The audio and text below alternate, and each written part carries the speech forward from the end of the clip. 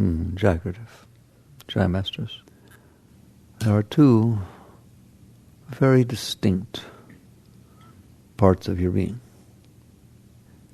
One is what we call the seer, the one who experiences the consciousness, the awareness of being, the one who knows that they exist, they know that they know that they exist, and they know that they know that they know that they exist. It's called self-awareness. You are self-aware. If I ask you, are you in there? You say yes. I've never ever for 45 years asked anybody, are you in there? And they said no. Okay? Why? Because you're in there. And the very fact that you were able to understand that I asked you, are you in there, means you're in there. That's one part of your being. It is a magical part. We pay no attention to it. We take it for granted. What is awareness? It's unbelievable. We make a big deal out of objects, but if no one's aware of the object, it has no meaning. It's just the most meaningless thing in the world. But if you're aware, you're alive, you're real, you're sentient, you're conscious. So awareness is a magical thing. Awareness is not a chemical. Awareness is not on the periodic table. Awareness is not anything you can make or no one's ever recreated it. How you like that? They can make the most sophisticated robots in the whole world. You know it's the most sophisticated robot. It doesn't. There's nobody home. If I go to the robot and say, how are you in there? We'd have to program it and say, yeah, it's not in there. It's not conscious. It's not aware.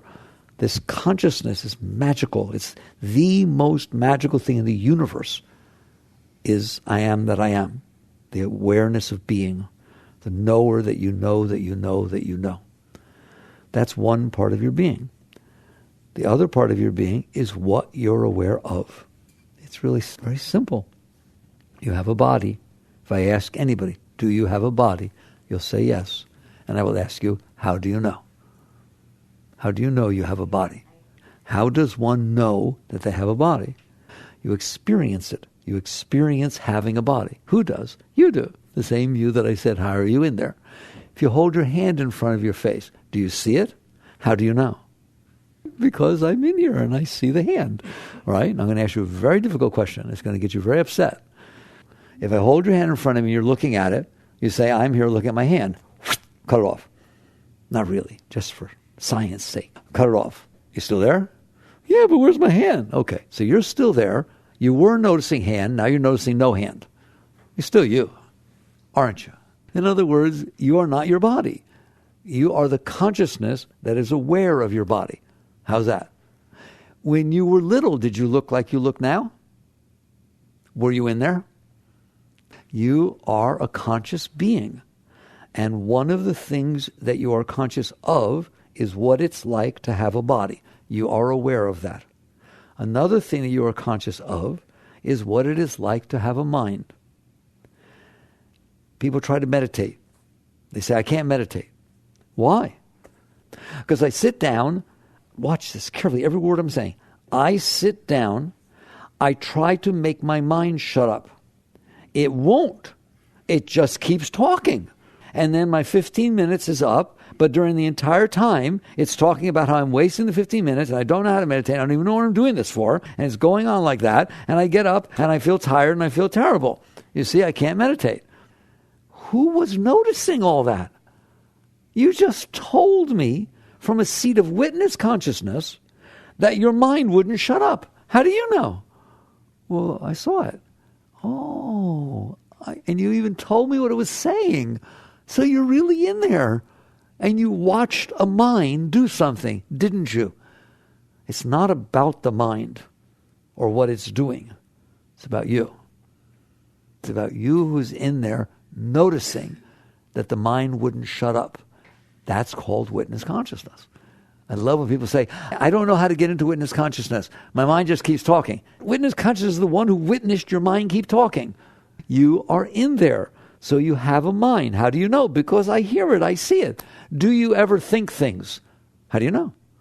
Has your mind ever forgotten somebody's name and tried to get it back and it was like you didn't know what to do and it wouldn't come up and then it popped up? Yes or no? Have you ever experienced that? How do you know? Because you're in there and you're watching this happen. You would not know how to make your mind get a name back that it doesn't know. You just kind of sit there and hope it pops up. It's just something your mind does. What if it gives you the wrong name? You get embarrassed. How do you know? How do you know you get embarrassed because you called them by the wrong name? Because I noticed. Wow, you're something else altogether. So you notice you have a body, you notice you have thoughts going on in your head, and you notice you have a heart that emotes emotions, don't you? It can feel good, it can feel bad, it can feel love, it can feel disdain, it can feel insecurity. Yes or no? Anybody got those things or just me? All right? So you are the consciousness that is aware that these things are going on inside. You don't have to learn to be. You are already there. You are the consciousness that is aware of these things. So there's two distinct aspects of your being. The one that's conscious and what it's conscious of. And I don't care if it's conscious of a body, if it's conscious of a bunch of thoughts, or it's conscious of a bunch of feelings come out of the heart. All the same to me. If I hold up in front of you a painting, if I hold up in front of you a book, I hold up in front of you a CD, what's the difference? They're things I held up in front of you. To you, they're all the same. They're things you saw. It's all the same. As the Buddhists say. The third Zen patriarchy says the tens of thousands of things appear as one. Doesn't mean they're not separate, but you're not. So you're seeing a book, you're seeing a painting, you're seeing a CD. Seen one, seen them all. You are the consciousness, the awareness of being. Then there are these objects. So those are the parts of your being, the conscious awareness, and then that which you're aware of. And then you add to that, as if it's not confusing enough, there's this world out there. Yep, it's out there. Okay, are you aware of it? How do you know it's out there? How do you know there are other people in this room? Same way you know you have thoughts. Same way you know your heart hurt an hour ago. I am in here experiencing it. So the world is out there. It comes in. The exact same consciousness. There's only one of you in there. The exact same consciousness is aware that there's a person sitting over there and a painting over there, as there's a thought going on in here and there's a feeling going on in here, and there's my hand. When you go to sleep, do you ever dream? How do you know? I was there. I saw it. Is it the same you who saw your dream as the you who saw your hand, and the you who watched your thoughts when you were awake, and the you who felt your heart hurt, and the you who looks out through your eyes? The answer is, of course. Otherwise, when you woke up, you wouldn't know what you saw. You actually experienced seeing the dream, didn't you? It's really neat. You're there. Eventually, you will find out, but it will take you time, that you are always there. Always. There is never a time that you are not there. You are a conscious being, and the only thing that changes is what you're conscious of. It's very much like the sun. The sun didn't go anywhere today. Guess what? At night, it doesn't set.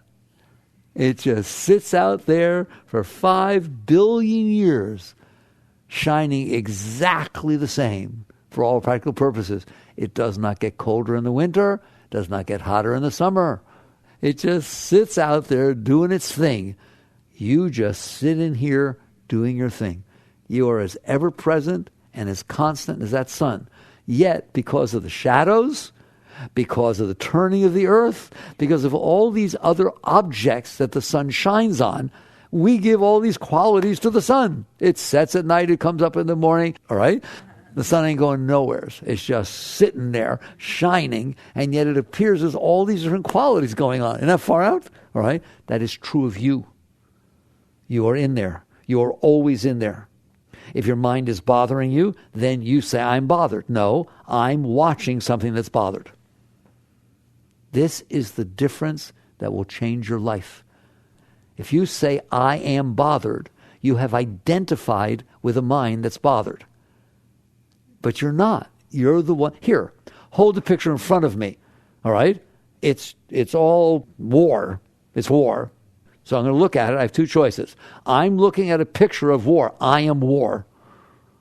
The picture of war is disgusting. I'm disgusting. You wouldn't say that, would you?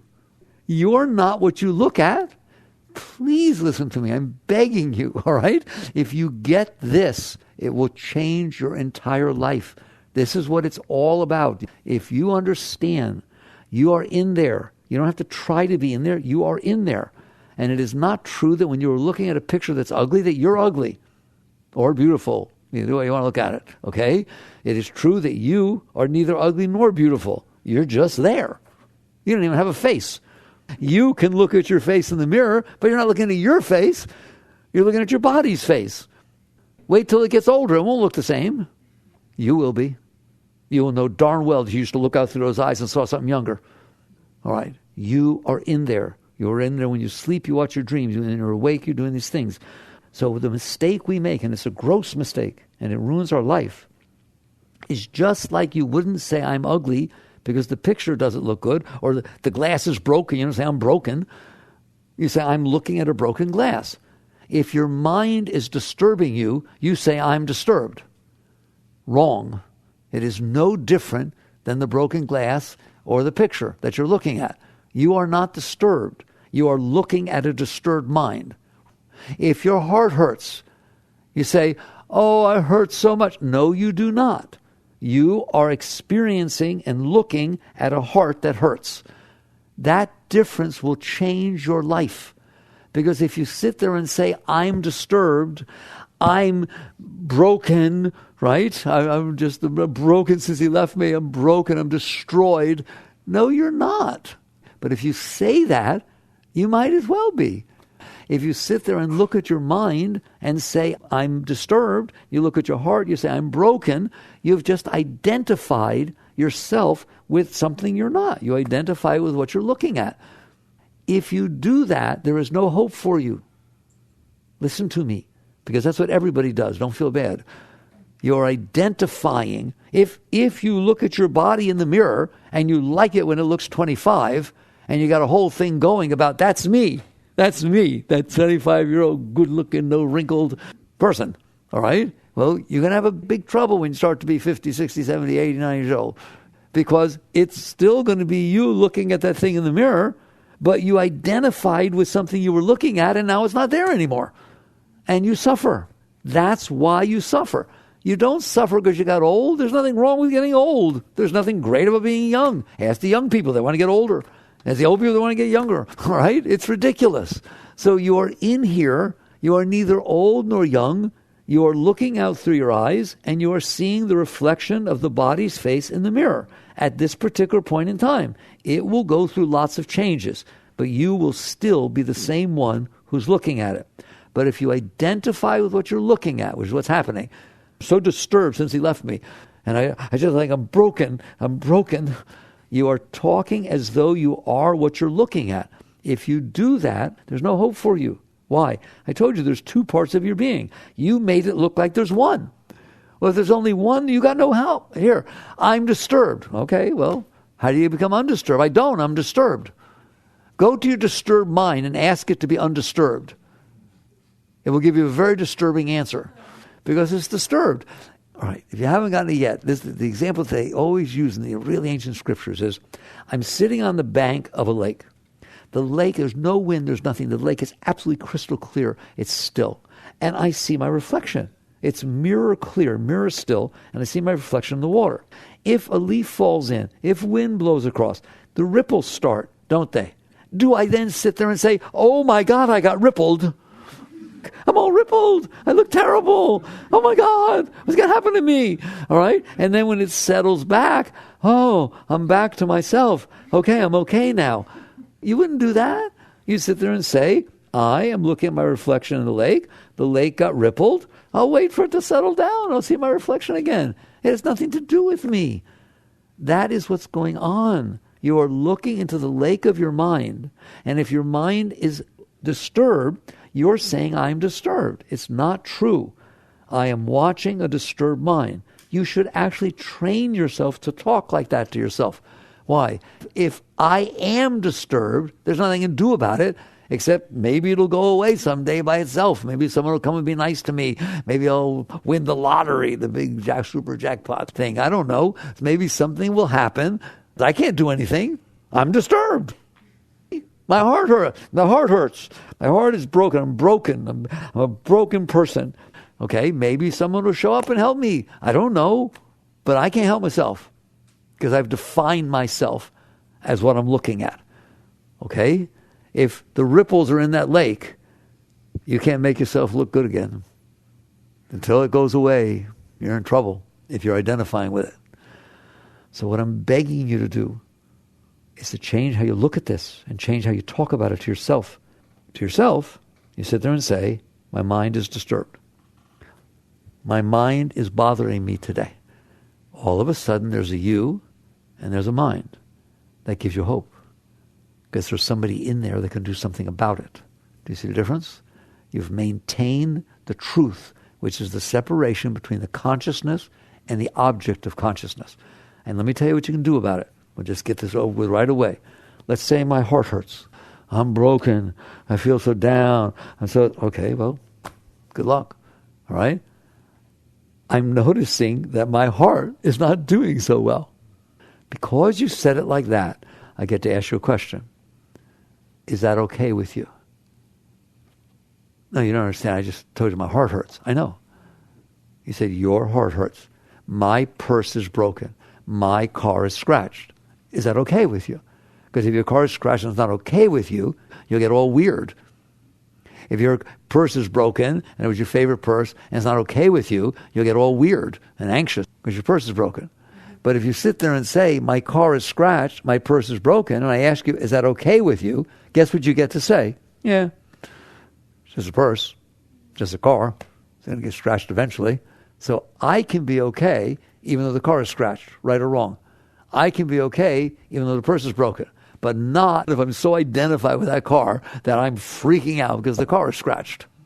So by changing how you deal with yourself and see these things and sitting there saying, my mind is disturbing me. My mind is disturbed right now. Ever since this happened, my mind won't shut up. Okay, I understand how minds can be, but at least you left hope for yourself because you're in there. And what I want to ask you, and I want you to ask yourself, once you do that, you say, my mind is disturbed. I want you to ask, is that okay with you? Because now you're talking to you. I'm not talking to your mind. I know it's not okay with your mind. All right? Do you understand? If something's disturbed, it's disturbed. It can't not be disturbed. It's disturbed. If something's white, it's white. Don't ask it what it's like to be blue. It doesn't know because it's white. Disturbance is always disturbed. Anger is always angry. Fear is always afraid. Don't you dare think that the battle is to make jealousy not be jealous, to make fear not be afraid, and to make anger not be angry. You'll spend your whole life trying to do that and just suppress and make a mess of yourself. A being who's got their act together sits there and says, sometimes I notice that some anger starts to come up inside of me. Just like I notice that there's chocolate ice cream. Just like I notice that there's clouds in the sky. Just like I notice everything else. It's just something I notice. Is that okay with you? Yeah, I'm okay with it. I don't mind. I don't give into it. I don't get involved in it. I don't let it overcome me. I don't freak out over it. It's just, it got weird in there. Sometimes my heart hurts. Is that okay with you? Sure. I've noticed it comes and it goes, doesn't it? Just like the weather. It's okay with you, it's raining. Better be, otherwise you're going to be weird. Right? So you just have opened an entire arena of raising your life by sitting there saying, I am the consciousness who is watching what the mind is doing, which isn't always nice, to say the least. I'm watching what the heart is doing, which can get beautiful or very ugly quite quickly, can't it? It can go from beautiful to ugly in about a billionth of a second. Just sit there with someone saying how nice you are and they really love you. And then all of a sudden have them say, oh, I'm sorry, I didn't. I thought you were somebody else. And see what happens inside, all right? And then come back and they say, I'm just kidding. I was just kidding. Of course it's you. And you'll watch it go up, down, right or wrong, okay? But you're the one who's watching. That is what is meant by being centered. That is what it's meant by being clear. All right? That is what it's meant by witness consciousness, mindfulness, becoming established in the seat of self. All of them are saying the same thing. They're saying, hi, you in there? Stay in there. And be aware that you're the one who's in here and everything else is something you're aware of. And then the question becomes, can you handle it? So if anger starts to come up inside and you see it and you're cooled in there, you say, hi, look at you. You don't give into it. You don't get involved in it. You don't blame somebody. You say, yeah, there's a time for everything. There's a season, time for every purpose under heaven. So sometimes there's anger. Sometimes there's insecurity. Are you okay with that? The moment you say yes, it's over. Now I'm okay. So by asking you this question, not do I like it, not do I not like it, Can I handle it? By asking you that question, I'm asking you to grow up. I'm asking you to realize you're in there. You're conscious. That's a gift. Say thank you. Would you rather not be conscious? Just boop, turn out the lights. No more experiences. Nothing. Which one of you would rather be in outer space floating through the black void of darkness with nothing happening around you for the rest of your life as opposed to experiencing some tough times here on the planet Earth? Not one of you. So you start to appreciate that you are a conscious being. You did not make yourself conscious, all right? Where's consciousness come from? Here's a bowl. Make some. Make it so the bowl knows that it's there. That's very funny. Not a chance in the world, all right? But you know you're there, and that's a great gift, isn't it? Being there, that's the greatest of all gifts, all right? When was the last time you said thank you? Last time you felt appreciation that you're a conscious being and you get to experience things? No. We're so lost in the disturbed mind that this is what's happening instead. The mind is disturbed. I'm lost in it. I don't feel good. I'm disturbed. I feel so anxious. I'm so uptight. You use the word I to talk about the disturbed mind. You didn't say, I'm experiencing a particularly disturbing moment in my mind. That gave you a chance to be okay, even though your mind is not. You said, I'm disturbed. So now the only way you're going to get not disturbed is to have what your mind wants to happen. What happens when you don't get what you want? Gets disturbed. What happens when you get what your mind doesn't want? Gets disturbed, doesn't it? What happens when your mind gets what it wants? Woo-hoo! Not disturbed. You're just like looking at that lake. Whatever the wind or the leaf does, whatever makes the ripples, you have no control over it, but it runs your life. What spirituality is about is liberation, freedom, waking up and realizing, I am in here. If my mind is disturbed, I have to learn to deal with that. I have to be comfortable with that. I have to learn how to make it better, not disturbed. But not if my mind is disturbed, I'm disturbed. Now I have to go out there and do disturbing things. Oh my God. I'm going to make a mess. How can a disturbed mind not make a mess? Give me the most disturbed thing in the world, and I'm going to ask it, what do you want to happen so that you can express your disturbedness? All right? And I guarantee you, if it goes out there, I need to find someone. What kind of someone? Someone who's exactly the way I need them to be. My soulmate. I need to find my soulmate. And how do you define your soulmate? Somebody who knows exactly what to say when I need it said, exactly what to wear when I want them to wear when I want them to wear it, exactly how to leave me alone when I want to be left alone. I want somebody out there to match my disturbed mind. And then my mind will stop being disturbed. In other words, I have to get what I want and never get what I don't want. Otherwise, my mind will be disturbed. You've just let the lowest part of your being run your life. And it will never work. It cannot work. A disturbed mind cannot go out there and manipulate people based on its disturbance and end up with something good. All it will do is disturb everybody around it, if you haven't noticed. So if you step back and sit there and say, my mind is disturbed at this time. This situation is happening, but I'm okay. I'm okay. I'm appreciative that I'm conscious. It's not a situation I would have chose, but at least I'm experiencing something instead of being in outer space and experiencing nothing. So you start appreciating the parts of your being that are natural to you. Once you start to hang out with you, it will all change. All of it. Instead of hanging out with a disturbed mind, hang out with a hurt heart, it is much easier, and it actually works, to sit there and say, I'm in here and I'm fine. Why wouldn't I be fine? I'm like the light that shines on something. It doesn't matter what I shine on, I'm the light. If I shine on something ugly, then make me ugly. Did it? I'm the light illuminating it. If I shine on something beautiful, then make me beautiful. Okay? If I shine on ugly for 300 years, never coming off, then I move off, I'm the same as I was never there. The light does not take on the quality of what it's shining on. Consciousness does not take on the qualities of what it is aware of. It's just aware. So you learn to work with the consciousness itself instead of the object of consciousness. How do you do that? By ceasing to define yourself as the state of your mind or the state of your heart. There's nothing wrong with saying, yeah, so-and-so left me. It's amazing. My heart's turning somersaults. What are you doing? Watching it. Well, that's a much better seat. I'd rather have you be sitting there watching the heart turn somersaults than be in there getting sick, because you're turning somersaults with it. You identified with it. If you're watching a TV show and it's not good, it's a horror movie, fine if you want to watch a horror movie. But if I ask you, how are you doing? You sit there and say, I'm watching this horror movie and I'm really scared. It's really scary. I'm feeling a lot of fear. Okay, that's you defining what's happening. I don't want to walk up to you and say, you're freaking out because you're watching a horror movie. You identified with it. You let yourself get sucked into the thing, and now you're not okay. So the answer is to wake up and realize you are always in there. You're watching the state of your mind. You're watching the state of your heart. You're watching your body, and you're seeing the world unfold in front of you. So what? That's your starting position. Is that okay with you? Guess what? It better be. Because that's what's happening. You are going to be in there conscious, because you're conscious, and you're going to watch your mind, you're going to watch your heart, you're going to see your body, you're going to see the world. That's what's going to happen for the rest of your life. So if you sit in the seat of self and you realize, I am me, that's who I am.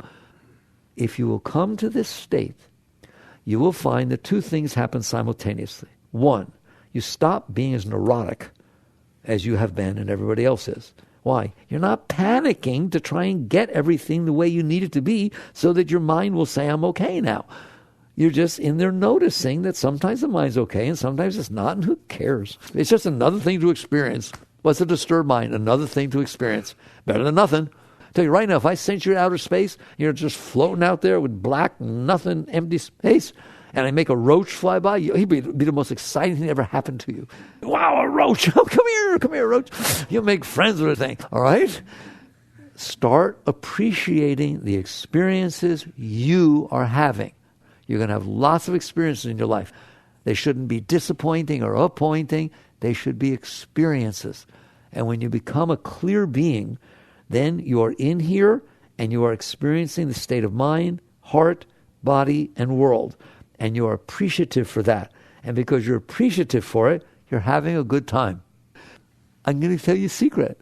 Decide you like things. Makes life a lot easier. So if you get to decide, somebody says, well, do you like the new bracelet that so-and-so bought for you? I'm thinking about it. I haven't decided yet. Decide yes. Because if you decide that you do like it, you will feel much better. You'll feel, oh boy, I think you're perfect. I didn't realize what a perfect bracelet. It's exactly what I didn't even know I wanted it. It was just, oh my God, he must really like me and know me. Wow, you have a wonderful time. Decide you don't like it. It doesn't feel good. You are deciding everything. You can like it if you want to and not like it, right? So you start appreciating the experiences that you're having. But you can't do that when you're hanging out with the disturbed experience.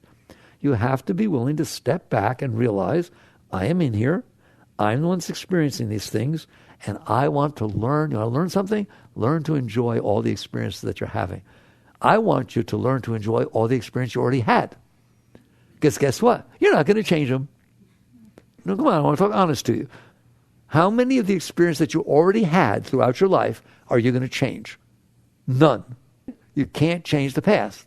So if you have a choice between appreciating, honoring, and respecting your right to have had those experiences and feeling good about yourself and feeling good about the universe and God and creation and everybody that you experienced and had interactions with, and feel appreciative that you got to have these experiences versus being all psychologically messed up and having to suppress them because you hate them. I can't think about mother or father or Uncle George. You understand that? And you got all that junk stored inside of you because you didn't like it and you don't want it. Goes typical Freudian psychology. Which way are you better off? Not even close. I need you to get to the point where you realize it's not even my past. I was in here conscious, and that's what unfolded in front of me. It's ridiculous to say that the universe is unfolding, and every place there is in the universe there's something going on, and my consciousness just happened to be standing at this spot, therefore it saw that, that's mine. That's not yours. There's something going on behind you, above you, to the left, to the right, everywhere, isn't it? It just happened to be what was going on in the universe exactly where you were looking. And you're going to let that run your life. That's the most random thing I ever heard of. Just say thank you. Thank you. Thank you for what? That I got to see something. Better not seeing nothing. You need to learn to change your attitude about your relationship with yourself and your relationship with the world and your relationship with the past, and you just sit there and say, what's the highest state? I am a conscious being, and there is a world unfolding inside of me and outside of me, and I am so grateful that I get to experience that. I would much rather experience a disturbed mind than no mind at all. I'd much rather have a heart. What was it, the straw man or the tin man? I never get that right. All right, the tin man. He really wanted to have a heart. Well, you got one. Wouldn't you rather have a heart than not have one? Even though sometimes it can break and sometimes it can feel pain, would you rather feel nothing ever? Just it's a hollow spot down there?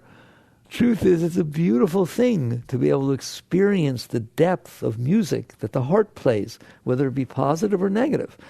But you have to be willing to honor and respect the experiences that you're having. Why? Because you're having them. You can't change the experiences you're having. You've had and you're having. And so basically you learn to appreciate and respect. And then what will that do? It will mean you don't suppress. You only suppress the things you don't like. You only struggle with the things that you say, I don't want that to happen. I don't want to have that experience. And then just go study Freud. If you push it away and store it inside of you, it rots in there. And it starts to run your whole life. Your life becomes difficult. You start to see it everywhere, the things that bothered you, right? They remind you of it. Anybody know anything about that? The stuff keeps coming back up and bothering you.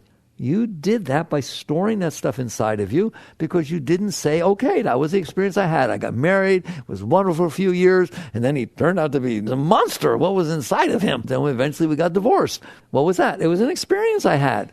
Is it okay with you? You had that experience? It better be, because you did. I'm not saying I like it. I'm not saying I want you to have it, but it's the one you had. If you have that experience and you say, yep, there it is. That was quite an experience. It can pass. Now you can live the rest of your life. But if you can't handle it, you will not live the rest of your life. It will live it for you. You'll resent it. You'll never get married again. You'll freak out every time you hear the guy's name. You'll be weird, won't you? For the rest of your life. And that's just one divorce. You got a whole bunch of stuff in there, don't you? I'm begging you to realize there's nothing wrong with you. You're just the experiencer, and that's who you are. If you will identify with that part of your being and stop getting all involved in what you're experiencing, just let it go. Experience it, say thank you, kiss it on the head, let it keep coming and passing. Over time, two things will happen. One, you will stop being so disturbed. Why? You don't understand. The natural state of your mind is like a computer. It's there to serve you.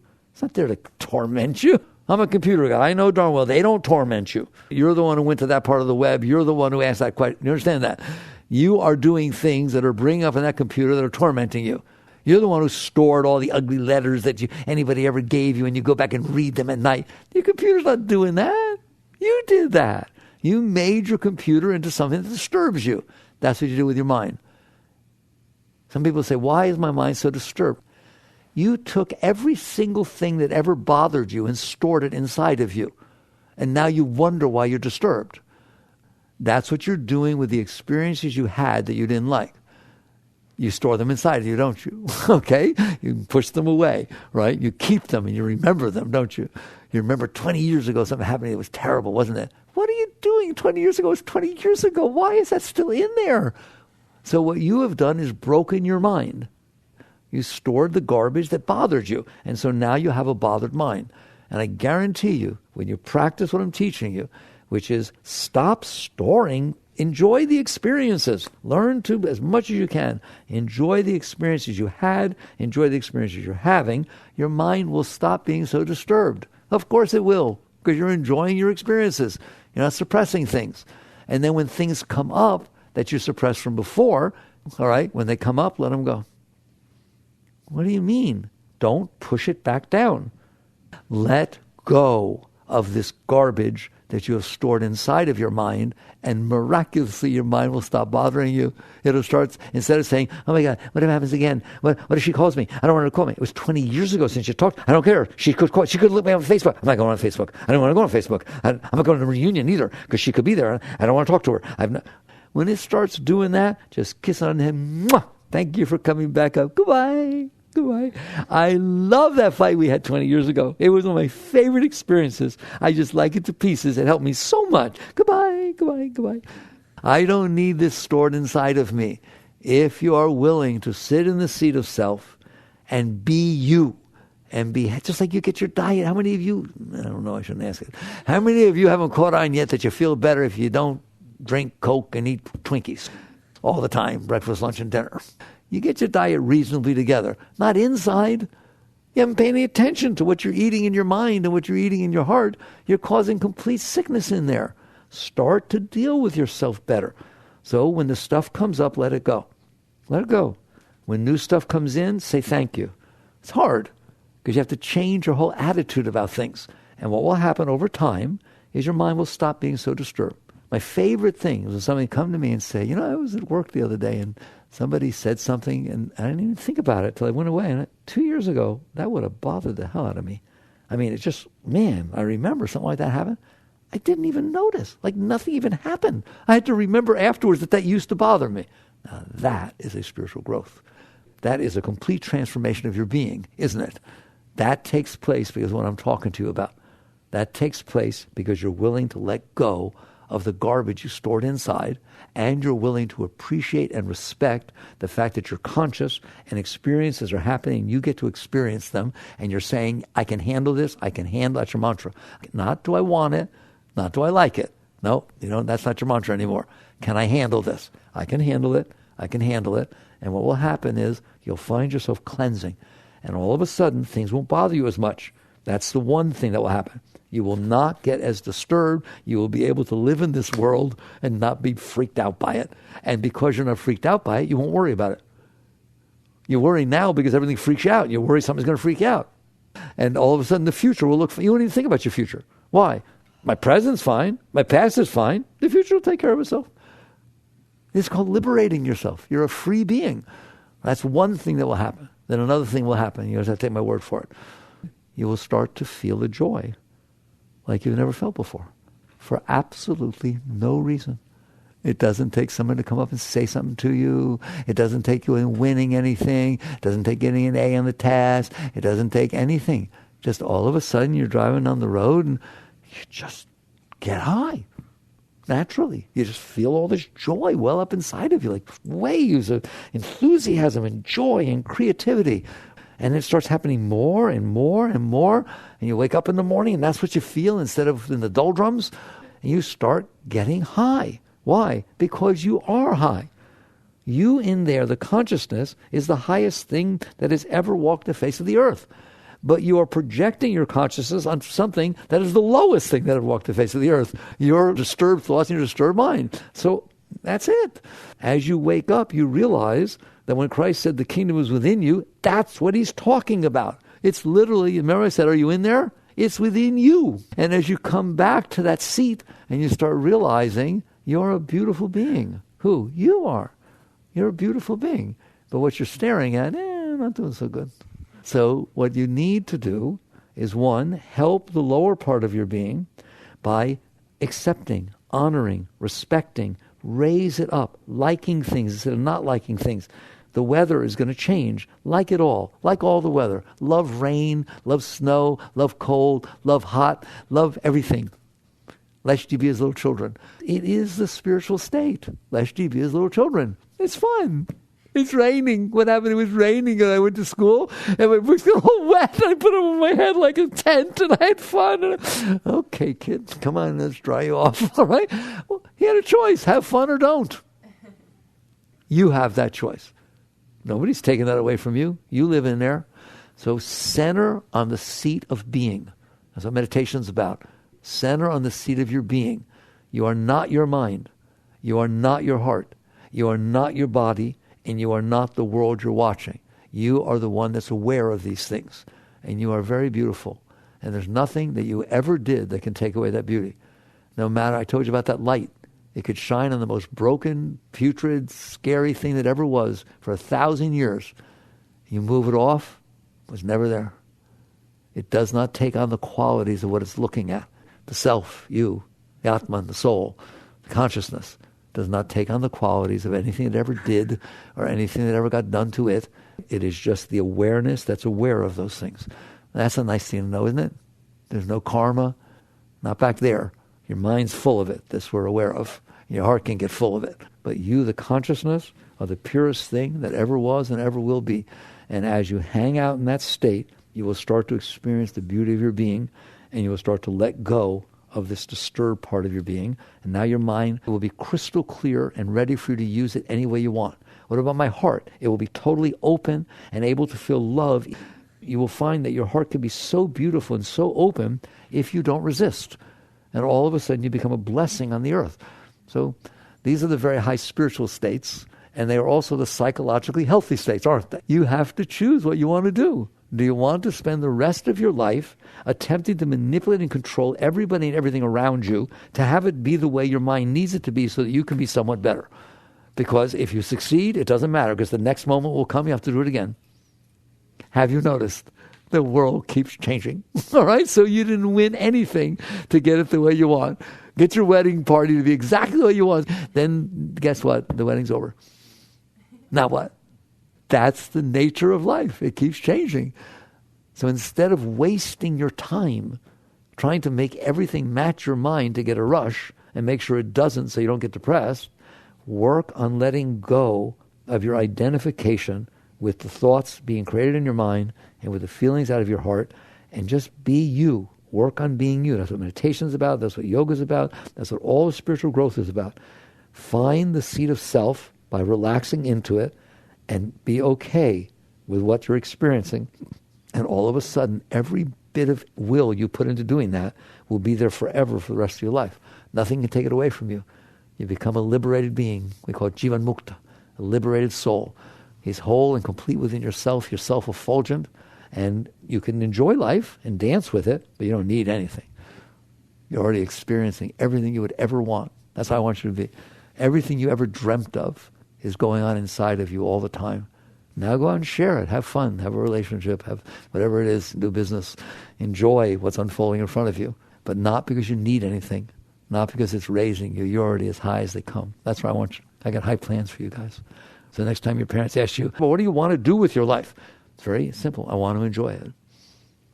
I mean, you have a life. You're born, you're going to die. If you don't enjoy the time in between, you wasted your life. Enjoy doesn't mean go out and get drunk and get drugged and run around. That's not enjoying your life. That's trying to enjoy your life. The joy that comes from life is the liberation of your being inside, where you just feel radiant and filled with joy and enthusiasm all the time. Here, you got to sweep the floor. I want to do it. I'll sweep the floor. But you swept it yesterday. Yeah, I want to do it again. I can do better. That's how I want you to be. Just completely enthused, excited, passionate about everything you do. All right. I've tried to communicate to you. So there's two lives you can live. One is yuck, and the other is gorgeous. And it's completely up to you. It's kind of nice. I've empowered you. It's got nothing to do with anybody else. It's got to do with how you're dealing with yourself. All right. Work on these things. Jagrata.